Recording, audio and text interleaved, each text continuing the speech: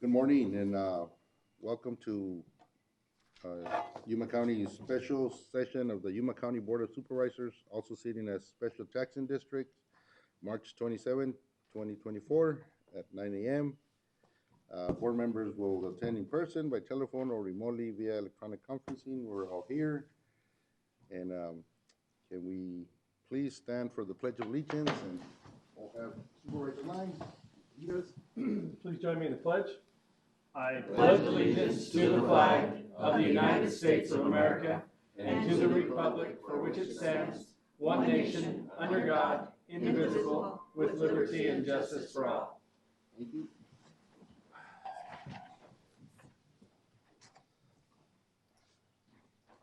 We'll move on to call to the public.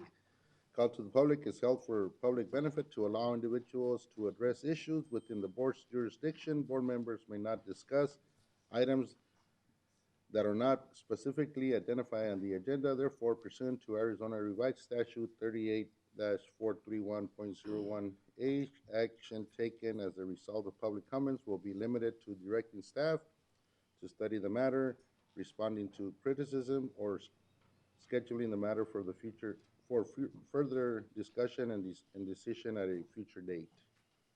Anybody from the public that wants to address the board? Seeing none, I'll leave the call to the public open and move on to discussion and action items. Item number 1, recorder elections, canvass the unofficial results of the March 19, 2024 presidential preference election. And we have Kika. Good morning, Chairman Porteous, members of the board. Kika here as your elections director, here to present to you the official canvass reports for the presidential preference election. In your handouts, you have the canvass certificate, and then we have the unofficial results. Very tight races, as I see. Very tight races. Yes. Yeah, is there a reason for so many rejections? Rejections, it seems to have been a lot. So we have the rejections. 550 early ballots rejected. So for provisionals, we had 163, and for early ballots, we had 550. Reasons for earlies, we had 89 no signatures. Non-matching signatures, we had 51. And ballot missing in envelope, we had a total of 6. So those are the basis of rejection for those early ballots. Well, look, I'm not concerned about this particular election. It wasn't really that tight. But if we have that many ballots rejected, we need to sort of let the public know. You know, some sort of public service announcement telling them, look, when you send them in, send them with your envelope, send them with your signature. Make sure that the signature you have is like similar to the signature you have, because this may not mean much right now. And we do have a process for that. Joanne, do you want to speak about the? A lot of the rejected ballots. Oh, you got to come up here. A lot of the rejected ballots that we received were returned mail. Yeah, That's that's the what. majority of it. So return mail meaning what? Meaning The they. voter moved and did not update their address with us. We did send them a 35-day notice in VRA letter and still not respond, and the ballot got returned to us. Okay, now let's see if I can understand that. So if somebody gets a notice saying, you know, check your mailing address, but you still get a ballot? They still get a ballot. It's just the file gets sent to the vendor probably like 3 weeks prior. So it's in between the notice getting sent out and the ballot getting sent out. Okay, so we're gonna make sure that that doesn't happen in the general, in the primary, excuse me, in the big primary. Well, what I call the big primary. Yes, reach out to a Not lot to of everybody. voters. Mhm. So, okay, I just want to make sure that if we have that issue, that the voters out there know that there's an issue with them returning the ballot. Mr. Chairman, Right? how do you differentiate on your federal ballots? Are federal ballots cast in the presidential preference? So it's Or a is it federal- just in the general, Just for the primary in general, just for the primary general? because this was a federal race, therefore it was one ballot style for. But we With didn't different- have just the federal ballots that anybody could have voted. I had a question from 2 constituents on that. No, it was all Okay. the same. Okay. Any other comments or questions? No, if there are no more comments or questions. I have one question. Kika, okay, in the primary on July 30th, you'll have a federal ballot and then the ballot that has everything. Correct. Okay. On this one, you had just one ballot because all it was is federal. We had 4 different ballot styles. So we have the Republicans and Democrats. We have 2 congressional districts, 9 and 7. Therefore, each congressional district had 2 of each. So 2 Republican, congressional 9, 2 Republican, congressional 7, Democrat, congressional 7, Democrat, congressional 9. So there was 4 ballot styles. Okay, Yes. With 1 office. got it. Thank you. One more question before we move on. On the letter that you sent March 21st, the head count, I mean, again, that's not an issue that I think Yes. it gets really taken care of here, but if the Democratic Party chose to go through a head count, and but the Republican Party didn't, so they have to be both in agreement? We both in agreement, yes, sir. When one says, no, I don't need it, it doesn't happen. Correct. Okay, thank you. Any more questions? No, if no more questions, I'll make a motion, we go ahead and canvass. Oh, you wanna say something? Go ahead, Rick. Richard. Morning, I'm Rick Caldwell, the Yuma County Recorder. Now that the presidential preference election is finished and the results are submitted for your approval, I want to extend my sincere thanks to many individuals who invested their time, talents, and dedication to ensuring the success of the PPE. And if I overlook somebody, please accept my apologies because it does take a lot of people to get this done. I want to thank Kika and her staff for the job they did overseeing the elections. Great job. I want to thank Joanne Munoz and her staff because a lot of times their work is done behind the scenes and you just don't see it. But the voter registration function is critical to the success of our elections. And I also want to thank my recording section because they were also involved on election day helping us because on election day, everybody in our office is doing something. I want to thank the other county departments who assisted us before, during, and after the election. They included facilities maintenance, administration, communications, IT, the library, and human resources. Thanks to the various entities in Yuma County for allowing us to use the buildings to set up and operate our vote centers. Aside from the libraries in San Luis and Yuma, we used Arizona Western College facilities on their main campus. And in Welton, the city of Yuma allowed us the use of the Civic Center and Martin Luther King facility. In San Luis, we used the Cesar Chavez Cultural Center along with the library. In Somerton, we used the community center. And thanks to St. John Newman's Church in the foothills for the use of their facility. We couldn't have done it without their help.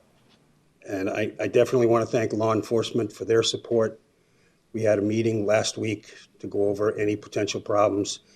And fortunately, it was an uneventful election. And I hope we can keep it that way. Before I end my remarks, I want to thank the dozens of temporary election workers who come back time and time again to actually do the work running the vote centers. Absolutely, we could not run our elections without them. I want to point out, I included a letter in your packets today that was sent to us by one of the inspectors. He worked in previous elections, but not in the role as an inspector. And he took on the inspector role this time, and he offers you some pretty good insights as to what he observed if you get a chance to read that letter. Because I was happy to get it. Speaking of those inspectors, they have the most important role in each of our vote centers. They're responsible for everything that goes on in those vote centers.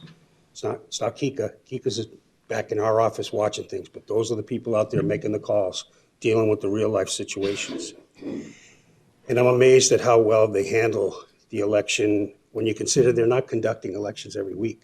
They come around every couple of years and come back and do a wonderful job. During this PPE, we made some changes. Before they were doing virtual training. This time it was more intensive on our part, but we did in-person training, which was very helpful. We even brought on an inspector support officer. Her name was Jamal Green.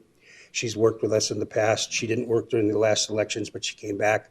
She's got a lot of knowledge and experience. She went out to any of the vote centers. If there were any problems, she was out there to help. We also have a meeting. Kika, sorry, I referred to my daughter. She's got a meeting set for April 20th, where we're going to meet with all the inspectors, all 9 of the inspectors, to go over what went right and what went wrong, because we want everything to go right. And to close, I definitely want to thank County Administration for your continued support, and to all of you for your continued support and trust in our office to run the elections. And that's all I got. Thank you, Rick. We hope it continues. And lady. Thank you. Right? Oh, that's always it. My motion will be to canvass the unofficial results of the March 19, 2024 presidential preferential election. Is that good enough? Yeah. Motion to approve. Yeah, that was simple. Is there a second? I'll second. There's a motion and a second to approve the canvass of the unofficial results of March 19, 2024 presidential preference elections. Any other comment or discussion? All those in favor say aye. Aye. Any opposed? Motion carries. Thank you. Thanks, guys. You did a great job. Good practice for the big ones. Get ready for May in San Luis. Yeah, I always said that in San Luis elections are physical.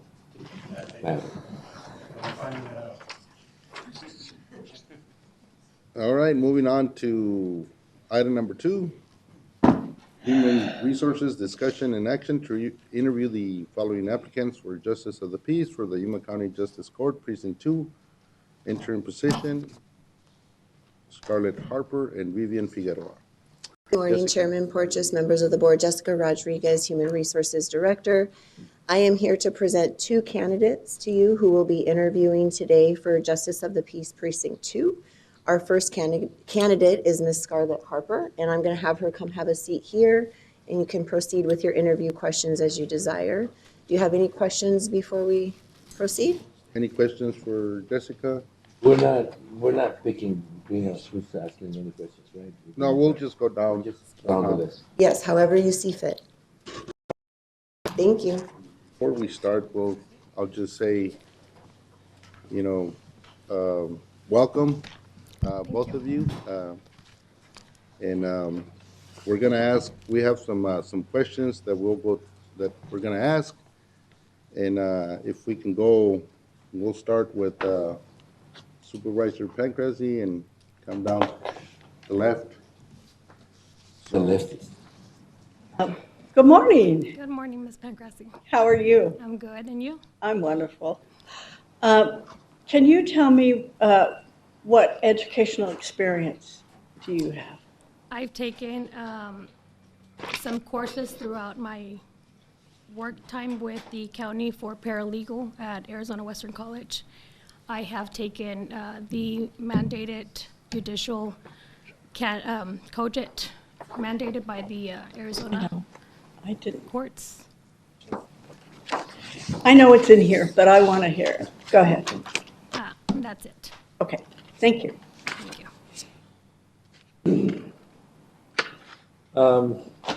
Good morning, welcome. Good morning. Thank you.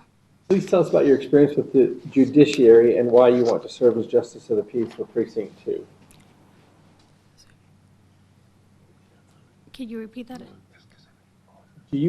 What is your experience with the judiciary, with the courts, and why do you want to serve as Justice of the Peace? So I have been working for the county, and I have been working with the Justice Court Precinct 2 for 16 years, going on 17. I have worked every department or every division, which is traffic, civil, and criminal, which includes misdemeanors and felonies. Right now, I supervise and do more administrative duties. Thank you. Thank you. I'm sorry. Second part, why do you want to serve as Justice of the Peace? So throughout my time, I have implemented along with my former judges. I come up with ideas that eventually make sense for our local law enforcement and practices. And with the help of the judges that I worked with, we've contacted law enforcement, and I'm very passionate about educating the community of how things work in the courts. Most people are nervous when they go to court. And the fact that we can educate them how the system works, that it's not bad, to go into court. It's not that bad to get a civil traffic citation. And I believe that if chosen, I am able to now fully provide all these ideas that have, because usually I've provided to the judges that I work with, and they help me implement them. Thank you. Thank you. Scarlett, welcome. Thank you, sir. Good morning. Good morning. Please describe your career highlights and how they would relate to the Yuma County Justice of the Peace position. I believe that one of the highlights has been last year. I was nominated for Employee of the Year with Yuma County, and that was an honor. It was huge for me because what I had implemented worked very, very good for every clerk in our office, and it allowed us to complete many projects that we had. The other one has been the Super Managers Academy that the county has. So I believe when I took that academy, I was able to grow professionally and personally. So I finished that academy, so whenever I would come back from any of those courses, I would come back and share that information. And a lot of the clerks have mentioned how they have grown with me, and that is huge for me. Thank you. Thank you. Some of these questions are going to overlap. Yes. Scarlett. I mean, when you answer something, it may be an answer for another one of the questions, but we're trying to keep some consistency by asking sort of the same questions to the same candidates the same way. Right. So the question that I have for you here, it has to do with the qualities you think you possess that you believe are important qualities that a justice of the peace should possess. So what makes you think that you can be a good judge? I believe, again, because I reside in San Luis. I grew up in San Luis. And the fact that I am able to bring more education to our community with the legal system, that helps a lot. We've had issues at the lobby. And, let's get Scarlett, because I like to sit there and guide them and inform them how the system works. And I believe that one of my biggest strengths is that I don't look at a problem, but I want to get a solution for them. When they come at the window and they come, distraught and nervous and agitated. I like to come out and deal with them and let them know this is how the system works. And I think I've been successful at that. Empathy. Yes. Okay. And a good listener. Can you do number 3? Because We keep- Mr. jumped number 3. Well, then I was trying to keep track of, it was 4, Yes. so I got to number 4, and I said, I'm number 4. I know, that's why I stopped looking at the paper. Oh, that's okay. Well, we just skipped over. But that's what happens when you start with. I know. Not the right way. Yeah, I know. You should start on the other end, guys. I always have my own. Sorry. That's a response to the question I asked. So I will go back to 3 since Go back somebody to jumped that one. Okay. Describe for us an ethical dilemma that you have faced, and what were the circumstances, and how did you resolve the dilemma? So I did have someone make a complaint against me when I was handling the civil department, and they said they had looked me up on social media and realized that I was friends with so-and-so, and the outcome was, okay, so that person went in to answer a small claims. The complainant was the plaintiff also on that case. And turns out the day the person went in to file their answer, the time had already lapsed, but yet they still had 10 additional business days to answer because an application for default had not been filed. And I wasn't even at the office that day. Somebody else had processed that answer. And all I had to do was, I had nothing to do with the case. And I was fine. You know, I just have I get that a lot at the window. Because I am a local, I am from San Luis. So a lot of people will tell me, oh, I already know you. And they obviously don't. But I've been good under pressure. I believe that's been the biggest one.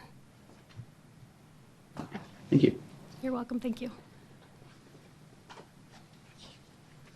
Hold on, I'm writing, just a second. Number 5, Nick. No. Okay, number 4. No. No. Oh, he did that already. That's gonna be, that's the cycle. Tony, you did it already. Yeah, I'm gonna point next time. No, I put down his question over here, so he didn't ask it from the.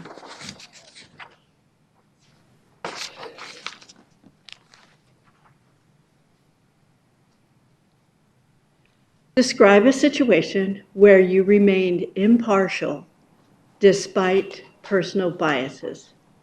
What method would you use to ensure your personal biases don't influence your decision?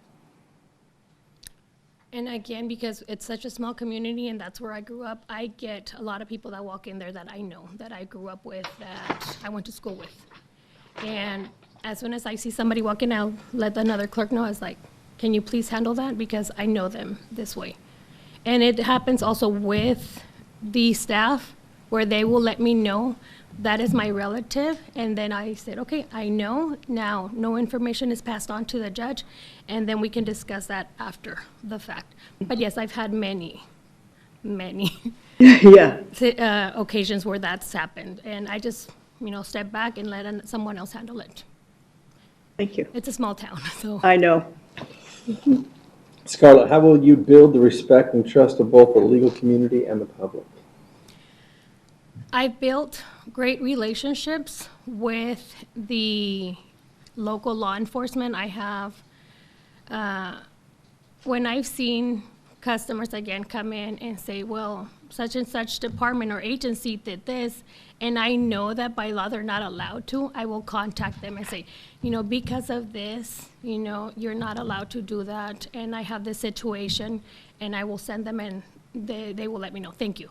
I am their go-to for a lot of the agencies because I've been there so long. And yeah, so I think I've already have. And I try to stay because all these years, the canons, and I know that even outside of work, we represent the court, we represent the judge.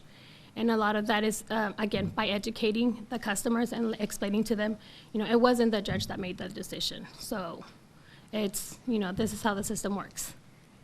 Thank you. Thank you.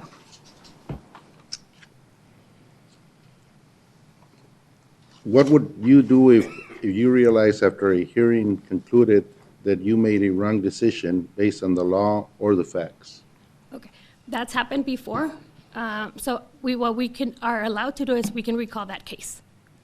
And then just inform them, after the facts, then we will set aside that judgment and recall the case and maybe even, have another hearing.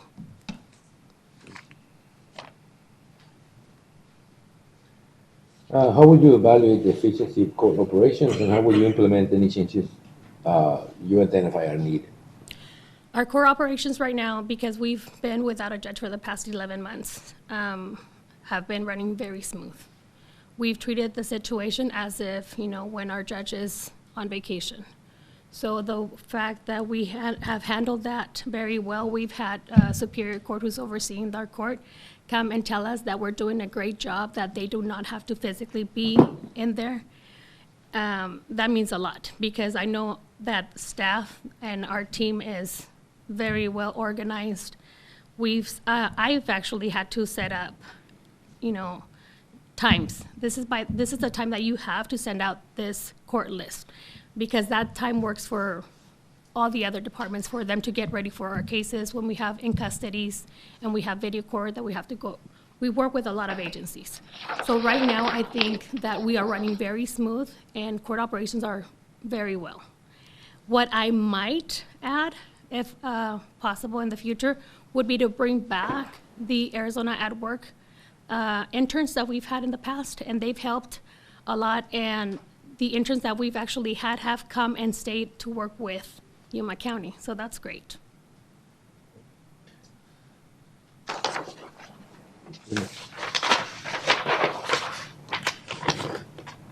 Alrighty, how will you ensure all parties involved in a case are treated fairly and with respect? If I'm in charge of the courtroom, if appointed, right? First, we do set the tone. I do have the clerks let them know that if I were to miss something, that they are in charge. And staff is very well trained to take care of the people in our courtroom, in our lobby, when hearings are taking place. If we've had instances where we have people rolling their eyes at one another, raising their hands, pick me, it's like, you will have your time. And just address it individually.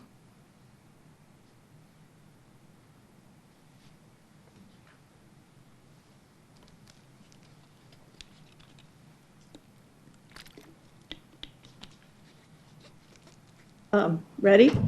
What factors do you believe are critical in the appropriate dispositioning of criminal cases? Reporting to DPS. They handle the main system, the NCIS system, the fingerprints with the other agencies to have on file. They're very important. And that's pretty much the top two that are the most important with criminal dispositioning. Got it. What would you do during a hearing if you were unsure of the law and how the law applied to the case before you? We're allowed to take a recess, so I would do that if I would need to do further research. We do have a legal system from AOC that's available by phone, and then there's also the other judges from the other courts that are always willing to help. How often do you think that happens? Not very often? Not very often. It's a limited jurisdiction court. It's the justice of the peace, the people's court. So it's mainly for people that, just need that help from somebody else when they cannot get along, as far as, civil cases or evictions, protective orders. Thank you. Thank you, sir. How will you stay updated on changes in the law and legal proceedings? I myself do a lot of legal research. The laws change every day. And right now, I do believe that our staff and myself are very current and up to date with all the changes that take place. I'm always looking for trainings, reading material. They ask, we need research, let's ask Scarlett.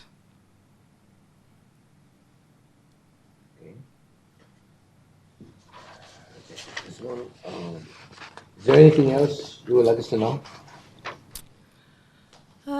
Thank you. Thank you for the time. Thank you for the opportunity. I believe that if selected, I will be able to contribute more to my community and grow with the county. So. Okay. You're next.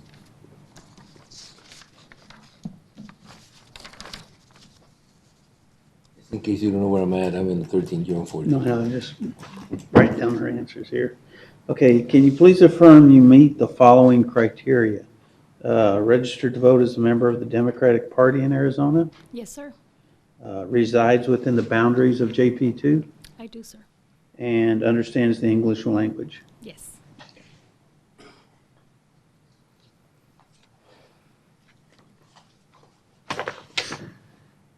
Do you have any questions for the panel? Yes. Just one.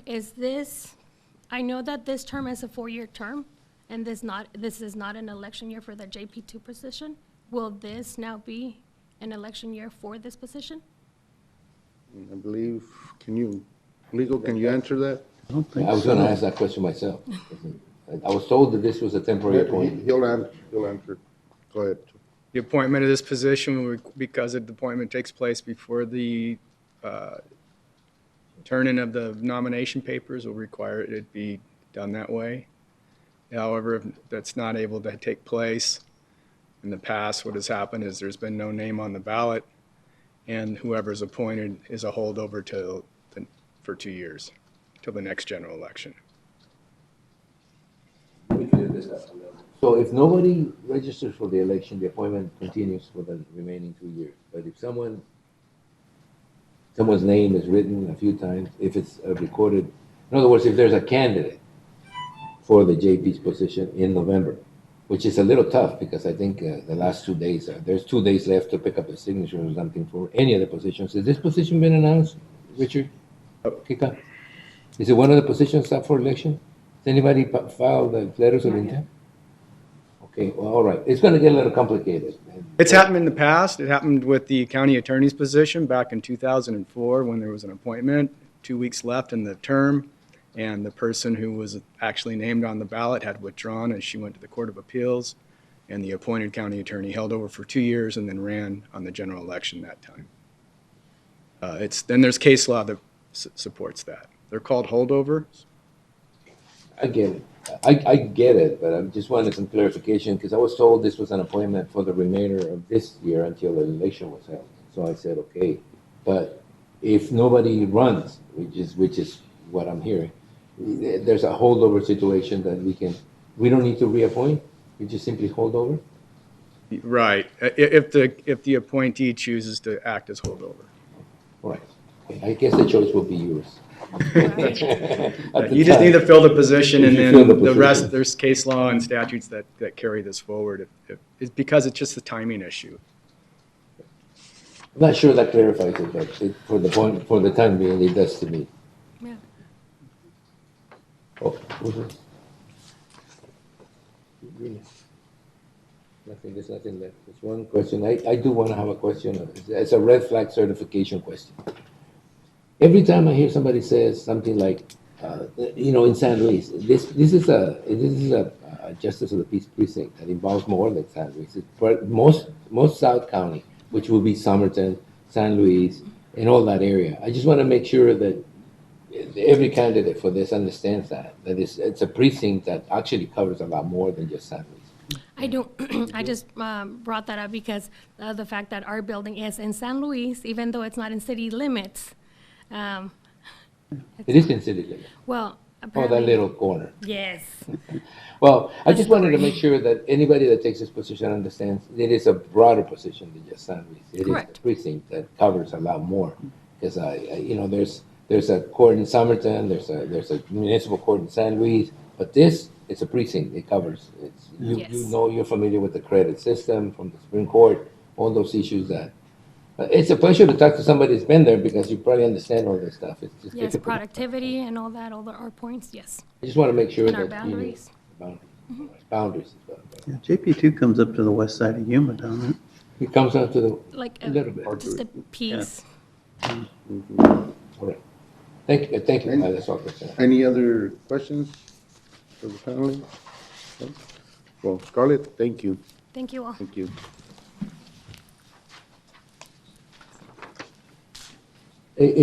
Question, is the appointment in for today so that Yes. it's part of an action item for today? Uh-huh. Yes, it's set for an action item of the day. If you choose to make the appointment, it'll take place today. Thanks.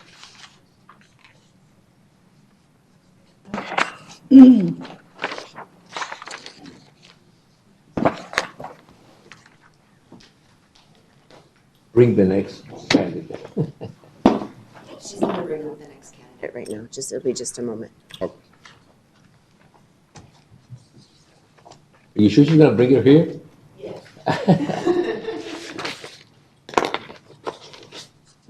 Tony,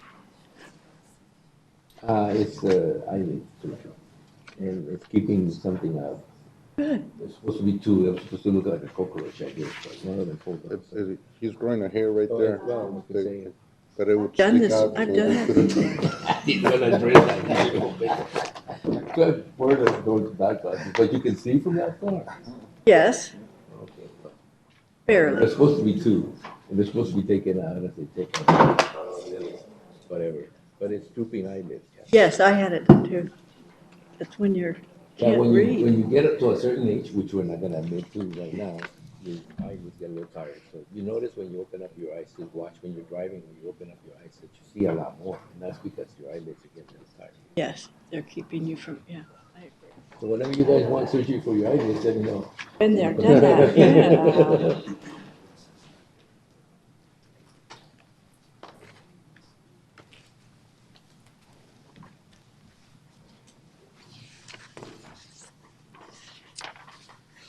Well, good morning, Vivian. Good morning.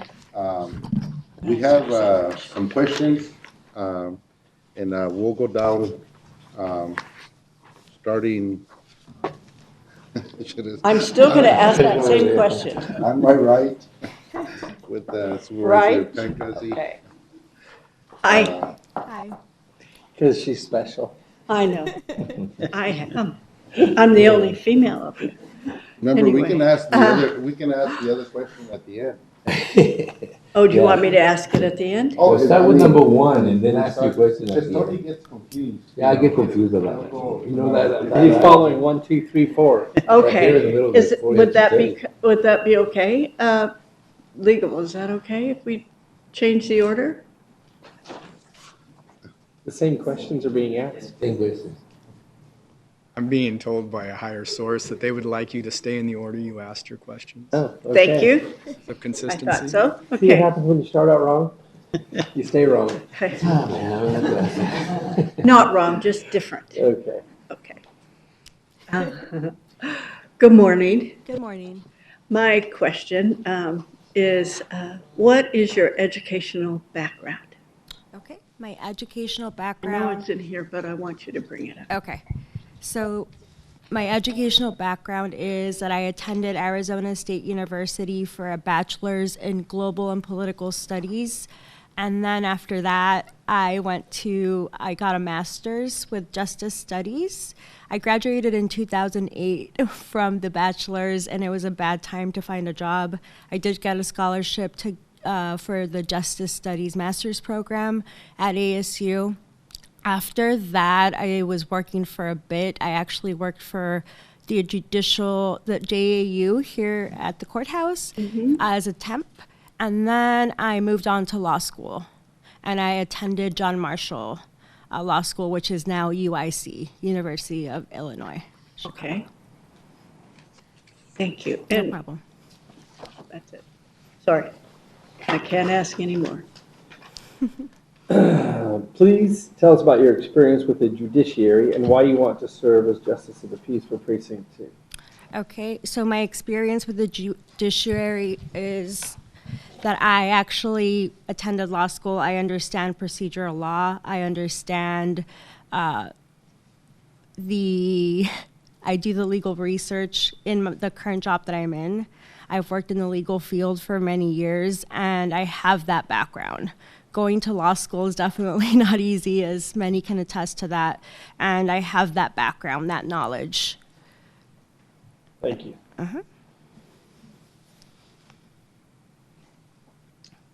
Please describe your career highlights and how they would relate to Yuma County Justice of the Peace position.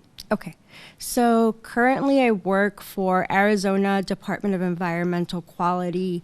They made a position for me, they reclassified me. Initially, I was the Financial Responsibility Specialist, the lead for the underground storage tank systems.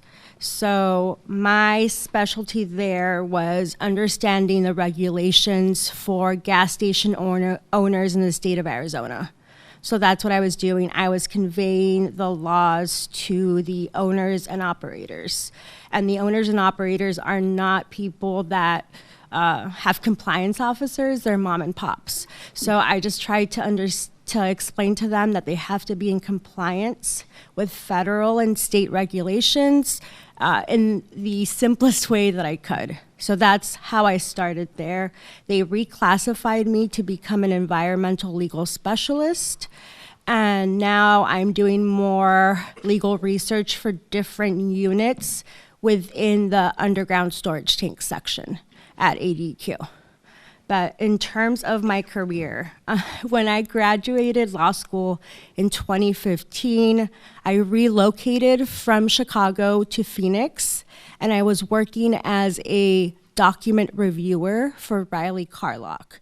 So there I got put into a project. It was a litigation that was going on in Puerto Rico with a financial institution, and I was looking at the e-discovery. So any of the records that were any documents or contracts from the employees of that financial institution, I was looking at for a work product or attorney-client privilege.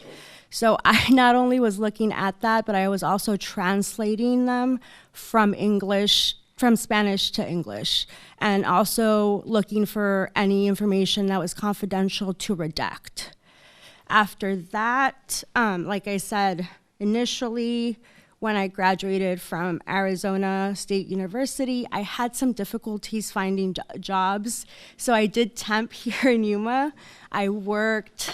When I was in college, I worked as a receptionist at the courthouse, and then I worked at JAU in 2009. But I temped for the elections department, actually, and I loved working there. Just organizing everything and preparing everything for the elections. But in 2013, I did have the opportunity to come back and be an intern at the Legal Defender's Office under Mr. De La Barra, and I was there for, I believe, 2-3 months.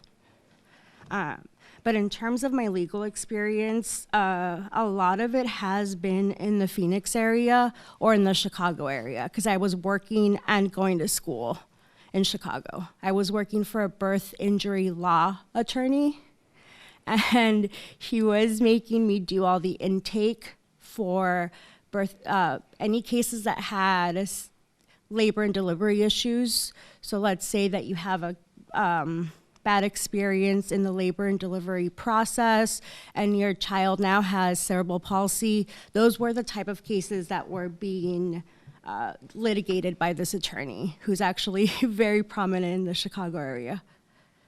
So that's my experience. Thank you. Mm-hmm.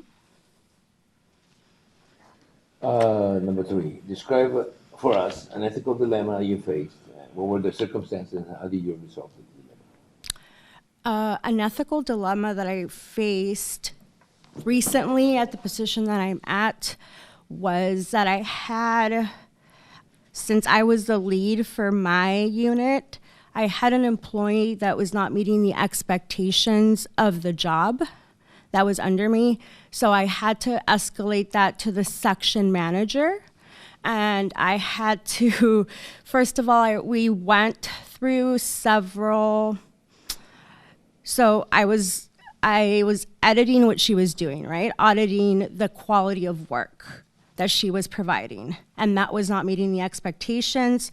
Then we did a couple refresher trainings, and I tried to convey to her tips, just information, just retrain her in what her duties were, which was to review policies that came in for the USTs, for underground storage tanks.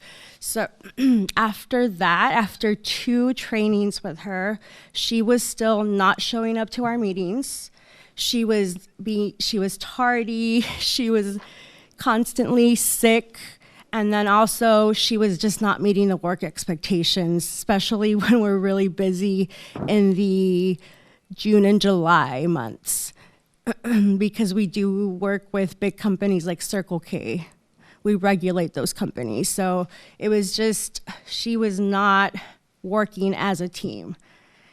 We have the team that I work with right now, Financial Responsibility, we have weekly meetings, and that's where we delegate the work. And she was missing these intentionally because to her it was a waste of time to come to these meetings where work is being delegated. So I escalated all the different trainings I had with this individual, the meetings that she has missed, and all the different ways that I tried to work with her. and she was moved from my unit to another position. So that's how I just tried to have evidence of her not meeting the expectations. That's the way that I resolve that. Because everyone needs to have accountability in the job that they do.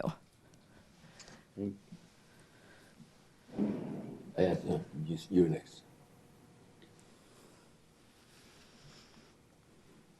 Hey, what qualities do you possess that you believe are important qualities that a justice of the peace should possess? I think the qualities that I possess is that I am a analytical and logical thinker, critical thinker. I also listen thoroughly to people before speaking. I've learned that, especially when you are a female, people tend to speak over you, and I really don't want to do that. I would never do that to anyone, but I've experienced that in my workplace because I deal with environmental consultants, people who are very eager to make their point and to have their point across. And I feel like because you're someone who is a regulator, someone who is asking them to follow the rules and procedures, they're not respecting that. They think that that has more value over that. And I think that's very, very important to me, to give people a chance to voice their opinion. So I think that's very important. Again, critical thinker, I listen thoroughly. Also, I think problem-solving skills. I will be there to solve anything that I can within my skill set, right?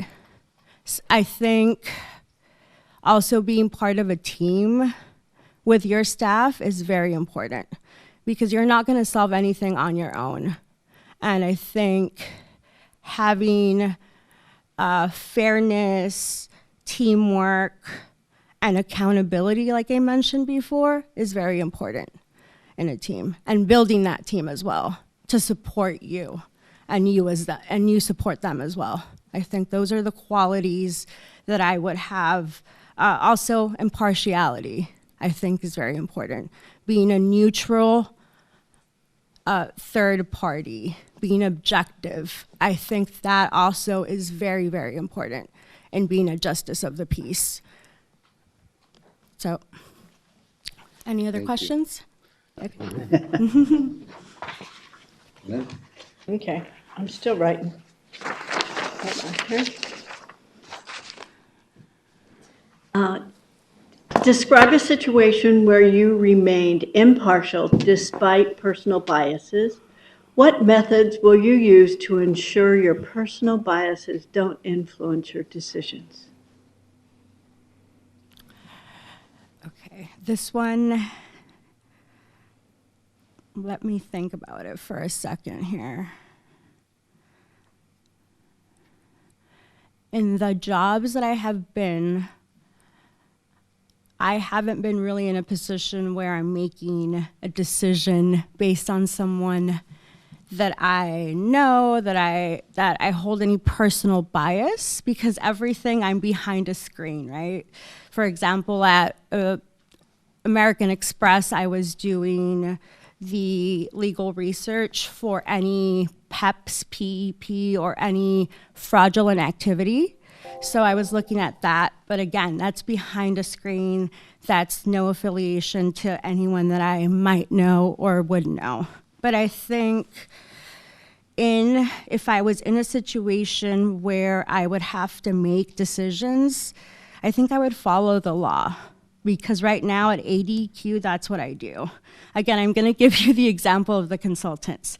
I run the pre-approval program for the underground storage tanks. So that is based on funding. That's money for owners and operators to pay for their releases. That's money provided to them by the state. So consultants tend to be very aggressive when it comes to wanting funding for this program.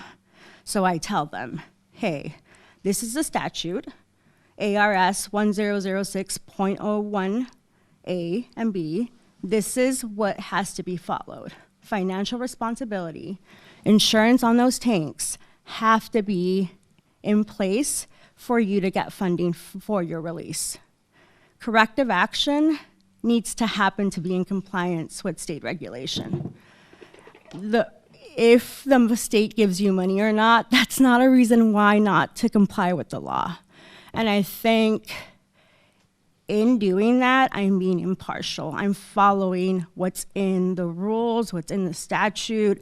I'm not letting the pressure from consultants who are gaining business off of this decide or regulate how I'm going to, if they're going to be eligible or not for this program. And I think that's one of the biggest issues that I have right now, because funding is limited for that program. And I'm getting a lot of pressure from people who have been working as consultants with the state of Arizona for a while. So they're used to the mentality of prior administrations or prior people who were in my role were giving them that opportunity without meeting the criteria of the statute.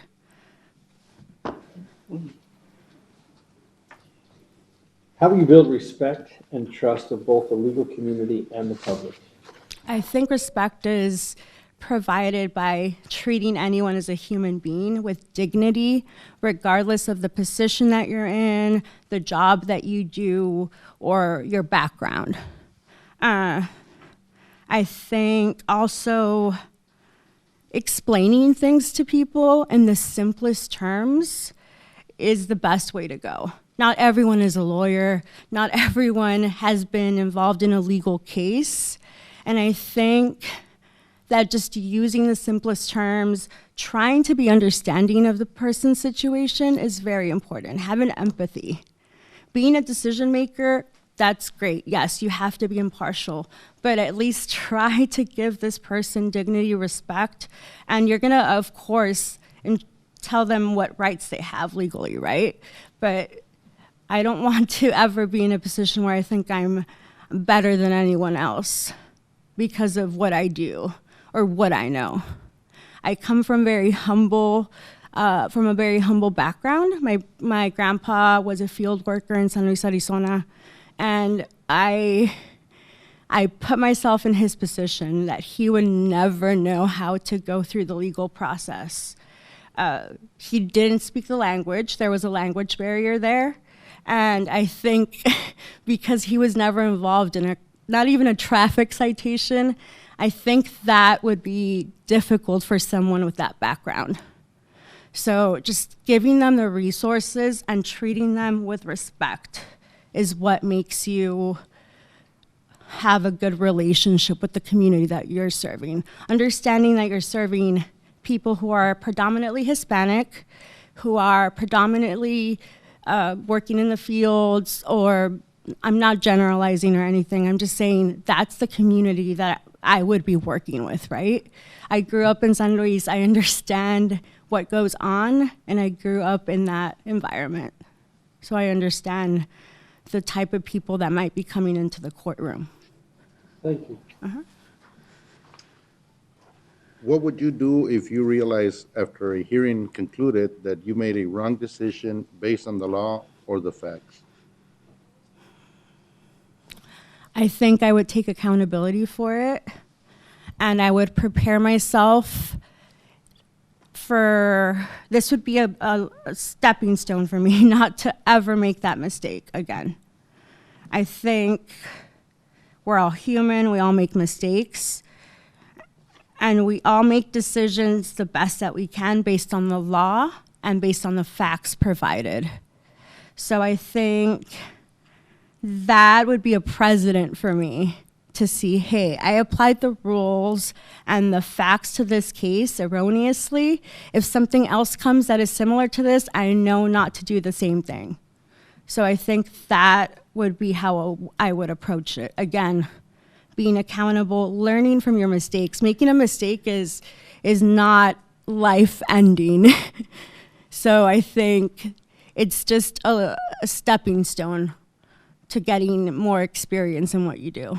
And I know that the lives of people are affected because you are working with people that come into your court, right?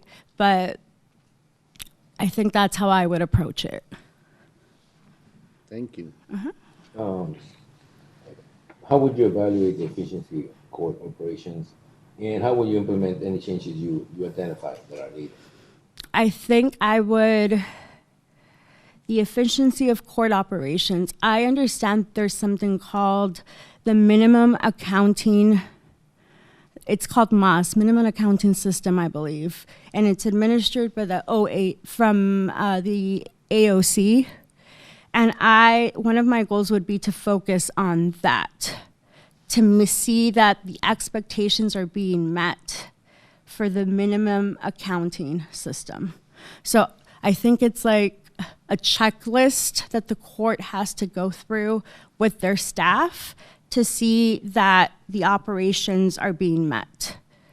So that would be one of my approaches. Another one of my approaches, not necessarily with the efficiency, but more in the way that I would run things with the staff, would be just in terms of, I would want to establish an ethical workplace, right?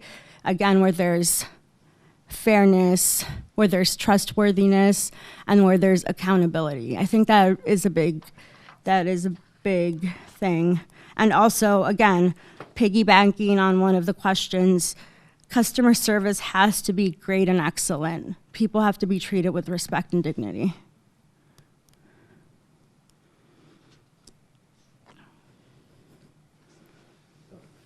Always writes a lot, so. Okay. Some of these questions are going to, like, some of them are going to be very similar. Okay. If you responded, say so. How will you ensure all parties involved in a case are treated fairly and with respect? I think something that I learned in law school was procedural justice, and that is centered on fairness, right? So there are 4 elements to procedural justice. The first one is respect. The second is voice, giving the people who come into your court an opportunity to voice their story, to give you the part of their story, right? Another one, I think, is neutrality, impartiality, being that neutral third party. And also just respect, again. I think having that respect there and explaining the laws to the person that comes into your court, I think that's the biggest source of respect, right? To treat them like a citizen of, like a dignified citizen, and just give them that respect. And with that respect comes explaining the law. These are your rights. This is the law. This is what you're entitled to. I think that would be the way that I would run the court. Thank you. What was the name of that procedure? It was procedural law, procedural justice, yes. Thank you.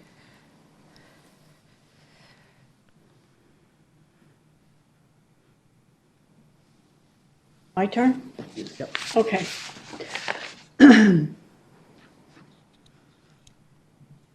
What factors do you believe are critical in the appropriate dispositioning of criminal cases? I think looking at the criminal background of the individual coming into court when deciding that criminal case is that's a big factor. If they're a repeat offender, also the misdemeanor type, right? Is it assault, battery? Is it petty theft? So I think those are all factors that play in. What misdemeanor is it? What criminal history do they have? I think those two play into the determination of that criminal case. Also, their willingness to redeem themselves, right? Are they making an effort to clean up their act? Are they making an effort to, for example, seek any sort of rehabilitation if they have a drug addiction, or any type of therapy if they have any issues with theft, petty theft? Any of that I would take into consideration. What would you do during a hearing if you were unsure of the law or how the law applied to the case before you? I think I would definitely seek the opinion and the guidance from another judge, not during the hearing, right? But maybe after it or prior to it. I would come prepared. And if I was unsure of what law applies, I would definitely ask someone with a little bit more experience than me. I know I would have those resources. I know that there's other justice of the peace that are currently in JP1, JP3. So I would use them as resources, for sure. Thank you. How will you stay updated on changes in the law and legal precedents? I definitely would keep reading anything that pertains to the law and to what I do. I would go to trainings or any conferences that offer me the opportunity to get updated on changes. I also believe that looking at the law periodically, like for example for USTs, it's always changing. But if you look at that legislative history, if you read the documents from legislation and you look at the background of that law, you gain a lot of knowledge there, I think. Just keep reading any changes, potential changes that might be coming for laws. Is there anything else you'd like us to know? Anything that we haven't asked you that you feel? I think the only thing that I was concerned was that I don't have any experience in the bench, but I do have that legal background. I have that legal knowledge from law school. So that's the only thing that I would want you to know, that I might not have the experience on the bench or litigating, because I've been in the background doing the legal research, helping administratively in my current role and others. But I think I do have that knowledge, and I have what it takes to be someone who's fair and impartial.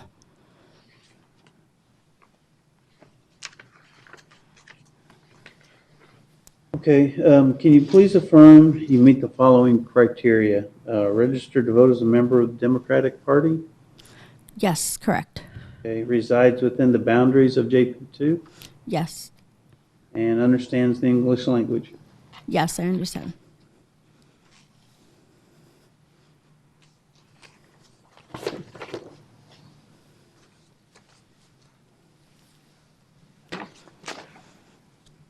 Do you have any questions for us, this panel? I don't have any questions at this point. If I was appointed, though, I would definitely check what the criteria or deadlines are for to run for election.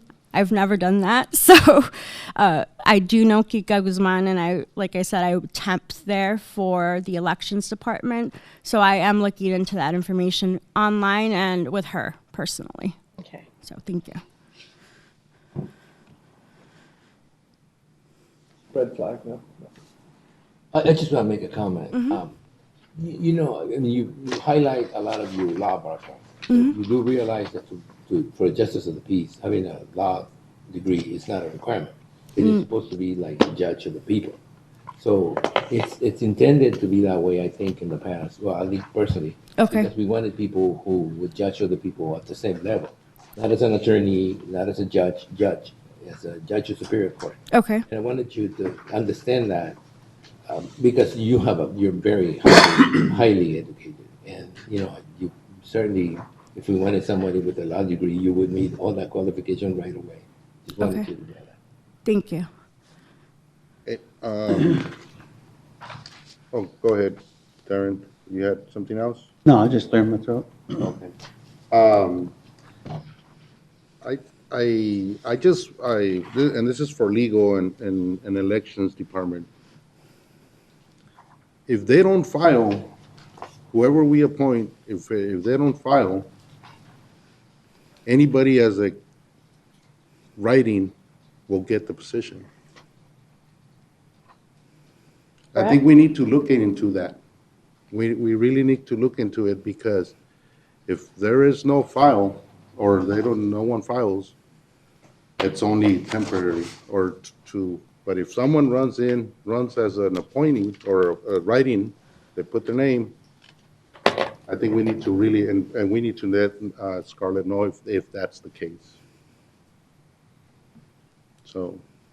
Mr. Chairman, members of the board, the write-in deadlines have not passed. So if somebody doesn't file, and I know we're just days away from the deadline to file nomination papers and petitions, yes, if that person were to receive during the primary the necessary votes required to put them on the general election ballot, they would be on the ballot, as would be whomever, and that opportunity exists for the person you could appoint today as well. But they need to file, or whoever we appoint needs to file. If they're not able to make the deadline for a nomination petition, they have the opportunity to file as a write-in. Or if nobody files as a write-in or a nomination petition, therefore no one's on the ballot who's qualified, then they can serve as a holdover to the next general election. Mm-hmm. Okay. Question. Kika, when is the deadline for a write-in? Like in June something, 20, June, till June. Sometime in June?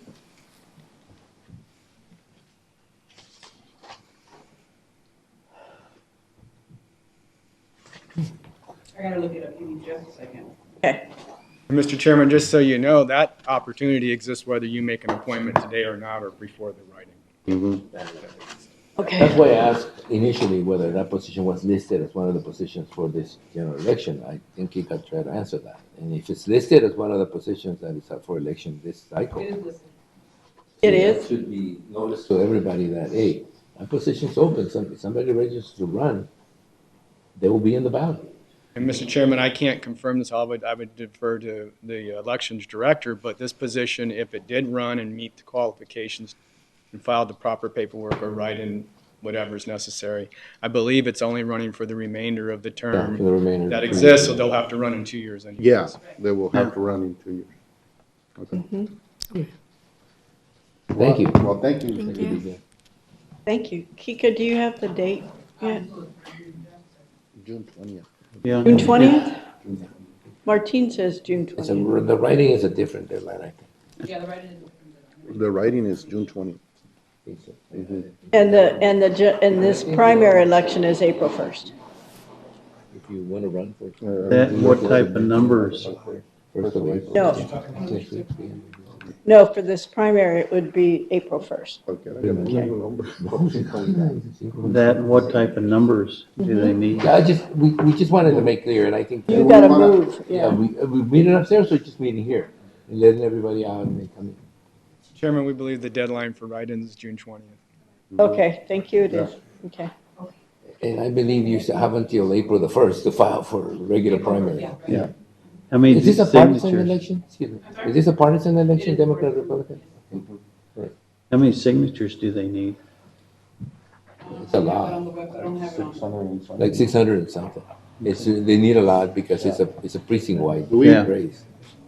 Do we want to go up? Mr. Chairman, we're still in an open meeting, so if you need to if you want to discuss this in open session, you can, or you do have it agendized for executive session. I believe all the proper notifications were sent out to the candidates. It would require a motion. Chairman, I'll make a motion to go into executive session and remove everybody else from the. Just kidding. Yeah, I think we'd rather stay here if I could. I mean, instead of going up there.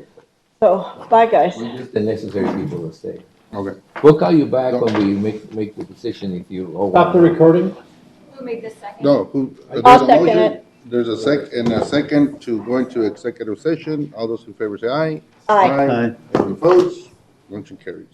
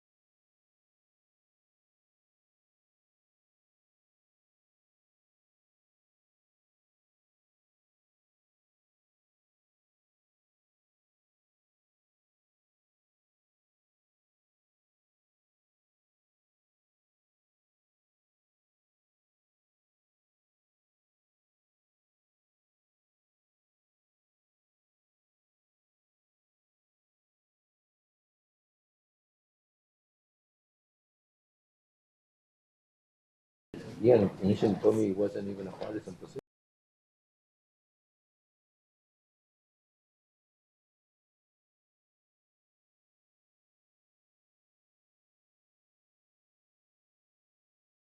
Like friend.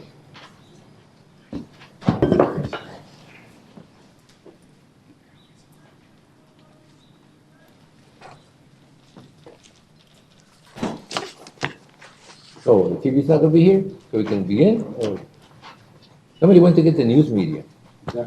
Right, got it? Okay, We're on. we're on. Okay, may I, Mr. Chairman? Before you go, before you start, or say, I just want to say, both of you are excellent candidates. We'll be making a decision, but I want you both to know that both of you are great candidates, and thank you very much for wanting to do this. So, any other questions or comments to the candidates? I just want to say the same thing. I didn't think this was going to be a tough decision to make because I already had in my mind something that I thought was normal. And this, this experience has made it a lot more difficult. I just want to say this is one of those cases where we argued a lot about the qualifications of the candidates, all those things that normally would happen in a political appointment. But this is a political appointment. But I'll tell you what, I'd be happy to have any one of you to be the JP, but one of you is going to be, and if you don't have any problems, Mr. Chairman, I'd like to make a motion. Mr. Chair, I want to make one comment. I was very impressed with both candidates and the answers that both candidates gave. They were so similar in their feelings about impartiality and the treatment of the people in the courtroom and stuff. I was impressed with that. So, thank you both very much. Anybody else? I just agree with what everybody said. This is not an easy choice because we have two very qualified people and very good candidates. All right. Mr. Chairman, I'd like to make a motion, we appoint Scarlett Hauser for the position of JP in District 2. I will second that motion. There's a motion and a second to appoint Scarlett Harper. Do we want a roll call? I request a roll call. Or do you just want us to vote? The chair can request, if there's a request Yeah, for roll call, you can have it. Let's do a roll call, so I can explain my vote. Supervisor Reyes, Aye? Supervisor Lyons, Aye. Supervisor Porteous, I'm sorry, Supervisor Pancrazi. May I explain my, Yes. Chairman? I have always valued education. Education above anything else. And because I feel that way, I have to vote no. Supervisor Simmons, I'm going to explain mine a little bit. With the turmoil going on down there, with everything that's happened, I think they need continuity in the post or in the position right now. So I'm going to say aye. Chairman Porteous, And I'll explain my vote too, and that's why I called for a roll call. I also believe in education and experience too. But for me, it does, when we get candidates or a position that it's an elected position, for me, someone that was from another party that had the opportunity to run other years during elections, and they don't do it, that says a lot, at least for me. I want people to understand that when they select how they vote, or, their party, I respect that, but go with that. And put yourself on the ballot, be the candidate, that you're gonna challenge someone, that's perfectly fine, and I respect that. I just don't feel confident for me making a vote on a person that recently just changed parties to represent a position at that level. So that's why I vote no. The motion carries 3-2. Tough one, it was. All right, Really tough. Thank you. congratulations, Scarlett? Scarlett. In case you didn't get it, the vote went 3-2. You are. In case you didn't get it,